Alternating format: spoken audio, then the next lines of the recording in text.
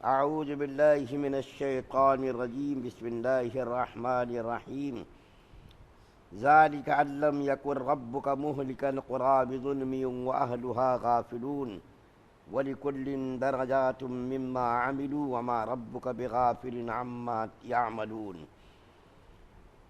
یہ اس واسطے کہ تیرا رب ہلاک کرنے والا نہیں بستیوں کو ان کے جرم پر اور وہاں کے لوگ بے خبر ہوں، اور ہر ایک کے لیے درجے ہیں ان کے عمل کے اعتبار سے، اور تیرا رب بے خبر نہیں ان کے کام سے۔ سورہ انعام کی 132 اور 33 نمبر 2 آیات آپ کے سامنے پڑھی گئی ہے۔ پہلی آیت کریمہ میں اللہ تعالیٰ نے دنیا کے اندر لوگوں کی ہدایت کے لیے ہر زمانے میں نبیوں کو بھیجا ہے، تو اس کی وجہ پہلی آیت کریمہ میں اللہ تعالیٰ بیان فرما رہے ہیں۔ اللہ تعالیٰ فرما رہے ہیں کہ کسی بستی کے لوگوں کو، کسی بستی کو ہلاک اللہ تعالیٰ نہیں کرتے اس وقت تک جب تک کہ اس بستی والوں کے لیے کوئی نبی اور رسول نہ بھیجے۔ آپ کو معلوم ہے کہ اللہ تعالیٰ نے نبیوں کا سلسلہ حضرت آدم علیہ السلام سے شروع کیا، اور نبی کریم صلی اللہ علیہ وسلم کے اوپر نبیوں کا سلسلہ ختم ہوا۔ اس درمیان میں ہر دور میں، ہر زمانے میں، ہر قبیلے میں اللہ تعالیٰ نے نبیوں کو بھیجا۔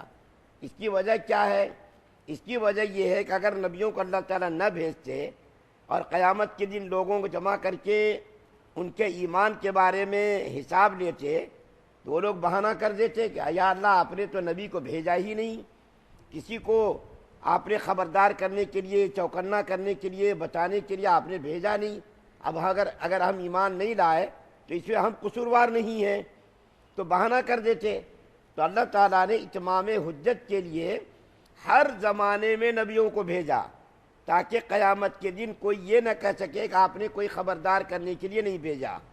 اور کسی بستی کو، کسی قوم کو، کسی قبیلے کو اللہ تعالیٰ نے اس وقت تک ہلاک نہیں کیا جب تک کہ ان کے پاس کوئی خبردار کرنے کے لیے، چوکنا کرنے کے لیے کسی نبی کو نہیں بھیجا۔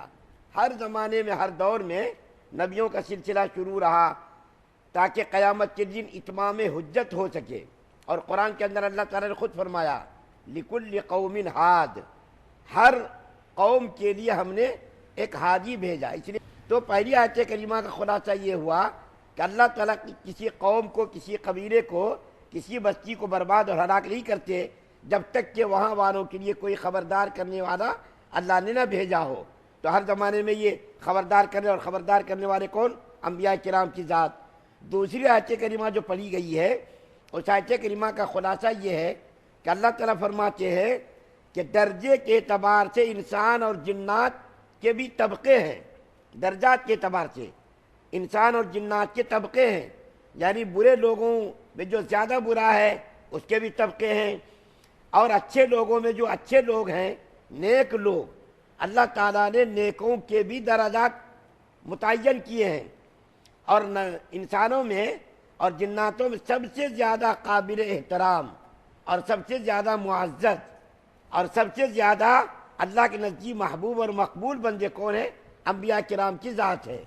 سب سے زیادہ نیکوں میں سب سے زیادہ مرتبہ کس کا ہے؟ انبیاء کرام علیہ السلام کا۔ اس کے بعد پھر انبیاء کرام کے جو سب سے زیادہ قریبی لوگ ہیں، صدیقین، شہداء، صالحین، پھر یہ وہ لوگ ہیں۔ ہر نبی کے ماننے والے جو سب سے زیادہ قریب ہے، پھر اس کا درجہ ہے۔ اور اس امت میں نبی کریم صلی اللہ علیہ وسلم کے ماننے والوں میں سب سے پہلا درجہ، سب سے بڑا درجہ حضرت ابوبکر صدیق کا ہے۔ اس کے بعد پھر اور دوسرے صحابہ کرام کا ہے، درجہ بدرجہ۔ اسی طریقے سے برے لوگوں کے بھی درجے ہیں، جیسا کہ برے لوگوں میں جیسے کہ شیطان ہے، دیکھیے شیطان کا گناہوں میں سب سے بڑا درجہ ہے، اور اللہ تعالیٰ شیطان کو جہنم کے سب سے نچلے درجے میں ڈالیں گے۔ اور پھر شیطان کے جو ماننے والے قریبی ہوں گے، جیسا کہ دیکھیے فرعون ہے، حامان ہے، شداد ہے، قارون ہے، یہ وہ لوگ ہیں جو شیطان کے سب سے زیادہ قریبی ماننے والے ہیں۔ اسی طریقے ابو جہل ہے، ابو لہب ہے، عتبہ ہے، شیبہ ہے، ربیہ ہے، یہ وہ کفار ہیں جو گناہوں اور شرک کے اعتبار سے یہ بڑے بڑے درجوں پر ہوں گے، اور سب سے زیادہ جہنم کے اندر ان تمام کفار کو، مشرکین کو اور شیاطین کو اللہ تعالیٰ سب سے خطرناک اور سب سے زیادہ خطرناک ان کو عذاب کے اندر مبتلا کریں گے۔ تو دوسری آیت کریمہ کا خلاصہ یہ ہوا کہ اللہ تعالیٰ نے نیکوں کے اعتبار سے بھی طبقات کے اندر درجے بنائے ہیں اور بروں کے بھی طبقات کے اعتبار سے درجے بنائے ہیں۔ بروں کا جو زیادہ برا ہوگا اس کا درجہ اور بڑوں میں بڑا ہوگا، اور جو نیکیوں میں بڑا ہوگا اس کا نیکوں کے اعتبار سے اس کا درجہ بھی بڑا ہوگا۔ اللہ تعالیٰ سے دعا ہے کہ اللہ تعالیٰ ہم تمام مسلمانوں کو سننے زیادہ عمل کی توفیق عطا فرمائے۔ سبحان اللہ و بحمدہ، سبحانک اللہم۔